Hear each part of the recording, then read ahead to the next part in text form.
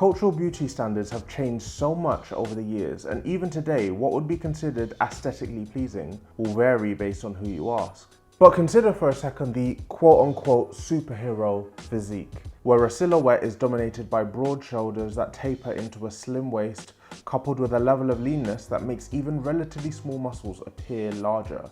And given the choice, many of us would take a little bit more of that for ourselves. So why is it that these desirable traits that are so widely in demand are found in bucket loads in the calisthenics community who, for the most part, don't even train with the primary goal of attaining these features? All this and more in today's video. Let's get into it.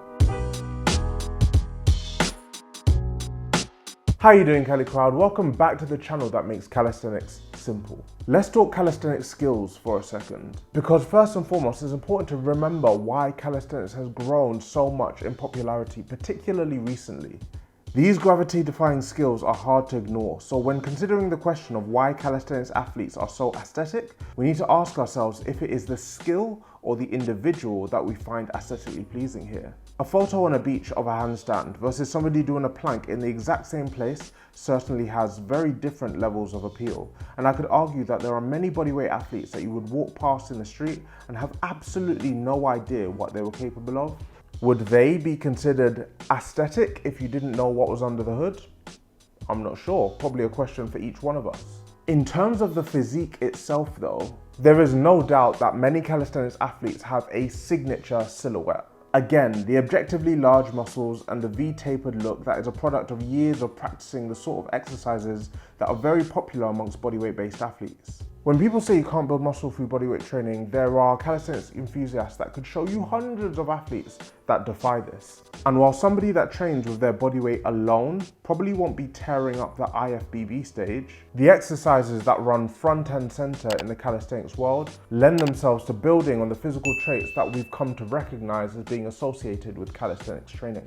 People proficient at pull-ups tend to have muscular backs and wide lats. Overhead pressing is the best way to work your shoulders. And as well as all of this, the jump in difficulty between calisthenics progressions means that often bodyweight athletes have to push themselves more than a typical athlete would that solely uses weights. And this intense progressive overload, recovery notwithstanding, will yield favorable adaptations over the long term.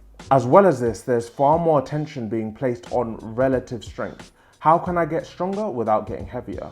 This leads to a set of behaviors where athletes consider far more variables than simply, can I lift more weight or do more reps? When your body literally is the weight, you're more likely to watch what you eat, how well you sleep, and be more cognizant about how well you're recovering. We also have to understand the swimmer's body illusion. The idea that if I want to look like a swimmer, so light, lean, and powerful, then I should swim my way to a ripped midsection. The thing is, this logic breaks down when we remember that being good at a sport encourages people to do that sport even more. And so we observe the correlation that lean kids with long lithe limbs who win swimming races in school are more likely to become swimmers, and we confuse this with the causation that an overweight middle-aged person can attain their dream body just by doing a few lengths every single week in their local pool.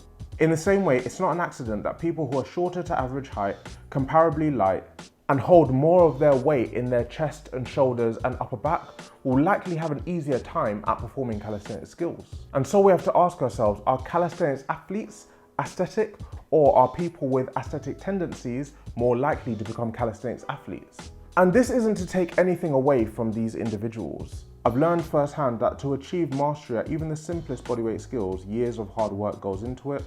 Nor am I saying that taller and heavier individuals can't or shouldn't attempt calisthenics feats. But we can't deny that being naturally good at something does increase our propensity to continue doing that thing, and we shouldn't confuse the reasons why somebody starts a habit with the results that that habit yields over the long term.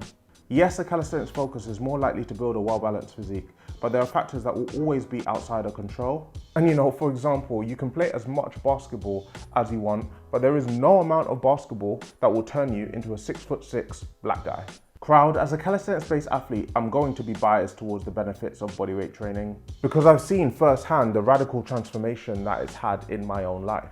But the view that calisthenics training is the be-all and end-all to achieving Greek god status really does need balancing, and I really hope that this video does this for you.